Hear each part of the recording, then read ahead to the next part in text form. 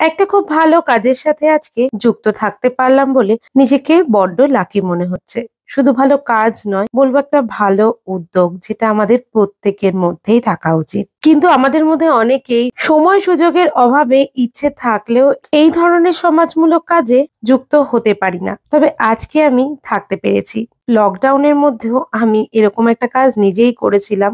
পরপর ৩টে বছর চেষ্টা করেছিলাম দুস্থ মানুষদের পাশে থাকার। প্রথমবার কিছু দুস্থ শিশুদের জন্য খাবারের অ্যারেঞ্জ করেছিলাম, আর দুবার স্টেশনে থাকা দুস্থদের জন্য। বিশ্বাস করো, মন থেকে প্রচুর শান্তি পেয়েছিলাম কাজটা করে। ভবিষ্যতেও ইচ্ছে রয়েছে সেরকম কিছু করার। তো সেরকমই একটা জায়গায় আজকে আমি চলে এসেছিলাম। জায়গাটা সোদপুরেরই একটা আশ্রম। একদম গঙ্গার ধারে অপূর্ব পরিবেশ। দেখতেই পাচ্ছ কত সুন্দর একটা পরিবেশ, যেখানে আজকে আমি চলে গেছিলাম নন্দ আর শম্পার সাথে, আমাদের নেবার্স। সাথে শম্পা কিন্তু আমার খুব ভালো বন্ধুও। ওদেরই সাথে চলে এসেছিলাম পানিহাটির এই আশ্রমটাতে।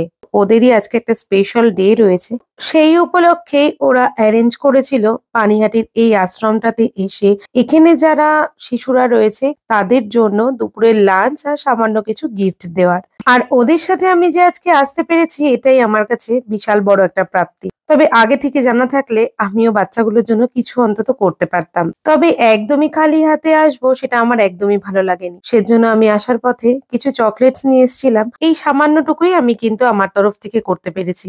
তবে আগে থেকে যদি জানা থাকতো তবে অবশ্যই আরো কিছু করার চেষ্টা করতাম। এই হলো নন্দ আর শম্পা। ওদের জন্য এইটুকুই বলবো, ওরা জানি এরকম উদ্যোগ বারবারই নিতে পারে আর বড় আকারে নিতে পারে। আর ওদের এই ভালো কাজের সাথে জানি আমরাও থাকতে পারি। আর তোমাদেরকেও বলবো, তোমরাও যতটুকু পারো অবশ্যই মানুষের জন্য করার চেষ্টা করো। এই ছিল ব্লগ আমার। কেমন লাগলো অবশ্যই জানিও।